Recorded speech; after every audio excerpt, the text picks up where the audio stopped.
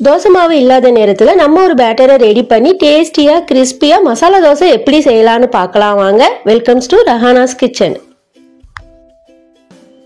First 4 உருளைக்கிழங்கு நல்லா wash பண்ணி கட் பண்ணிட்டு குக்கரில் சேர்த்துக்கலாங்க. முழுகிற அளவுக்கு தண்ணியை சேர்த்து 3 விசில் வர வரைக்கும் குக் பண்ணி விட்டுக்கலாம். அடுத்து பேட்டரை ரெடி பண்ணிக்கலாங்க. அதுக்கு 1 கப் அளவுக்கு ரவையை மிக்சி ஜாரில் சேர்த்து விட்டுக்கலாம்.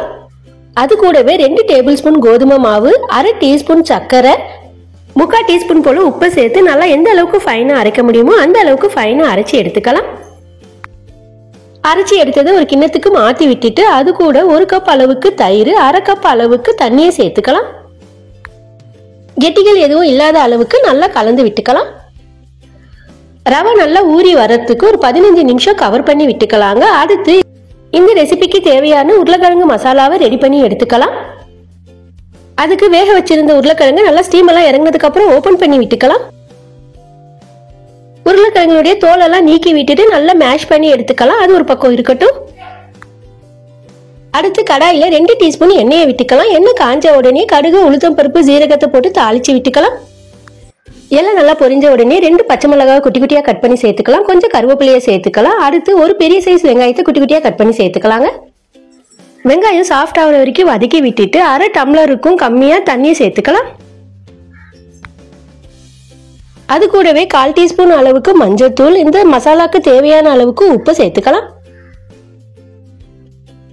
ஒரு கிளறி விட்டுட்டு கவர் பண்ணி விட்டுக்கலாம். நல்லா அது ஒரு கொதி வர வரைக்கும் குக் பண்ணி விட்டுக்கலாம்.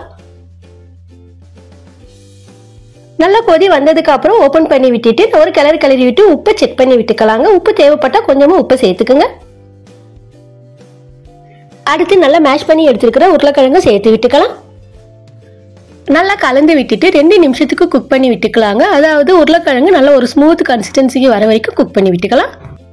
கடைசியா 2-3 டிராப்ஸ் எலுமிச்சை பழத்தை பிழிஞ்சு விட்டு அடுப்பை ஆஃப் பண்ணி விட்டுக்கலாங்க. கொத்தமல்லி தழையை தூவி விட்டுக்கலாம். உருளைக்கிழங்கு மசாலா ரெடி ஆயிடுச்சுங்க.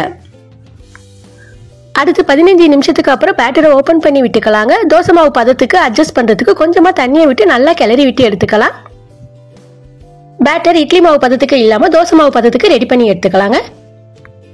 அடுத்து தவாவை அடுப்புல வச்சு விட்டுக்கலாங்க. தவா சூடான உடனே ஒரு குழிக்கரண்டி அளவுக்கு மாவை எடுத்து எப்பயும் போல தோசை வார்த்துக்கலாம்.